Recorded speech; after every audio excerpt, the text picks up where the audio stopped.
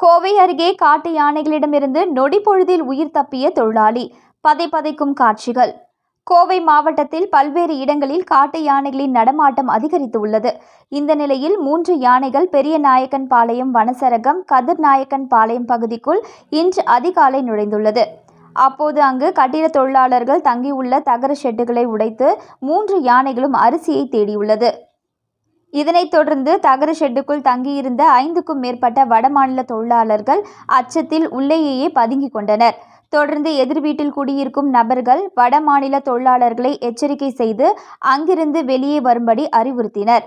இதனைத் தொடர்ந்து ஒரு தொழிலாளி மட்டும் தகர ஷெட்டுக்குள் இருந்து வெளியே ஓடினார். அப்போது அவரை ஆண் யானை ஒன்று தாக்க முயன்ற நிலையில் யானையிடம் இருந்து அந்த தொழிலாளி தப்பித்து அருகில் உள்ள குடியிருப்புக்குள் புகுந்து உயிர் தப்பினார்.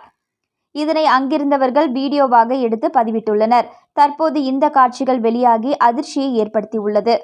இதுகுறித்து அப்பகுதி மக்கள் கூறுகையில், இந்த 3 யானைகளும் இரவு நேரத்தில் வனப்பகுதியில் இருந்து வெளியேறி குடியிருப்புகளை மட்டுமே குறிவைத்து அரிசி மற்றும் மாட்டுத் தீவனங்களை சாப்பிடுகிறது எனவும், எந்த வீடாக இருந்தாலும் அதனை உடைத்துக்கொண்டு உள்ளே சென்று அரிசியை சாப்பிட்டு வருகிறது என்றனர்.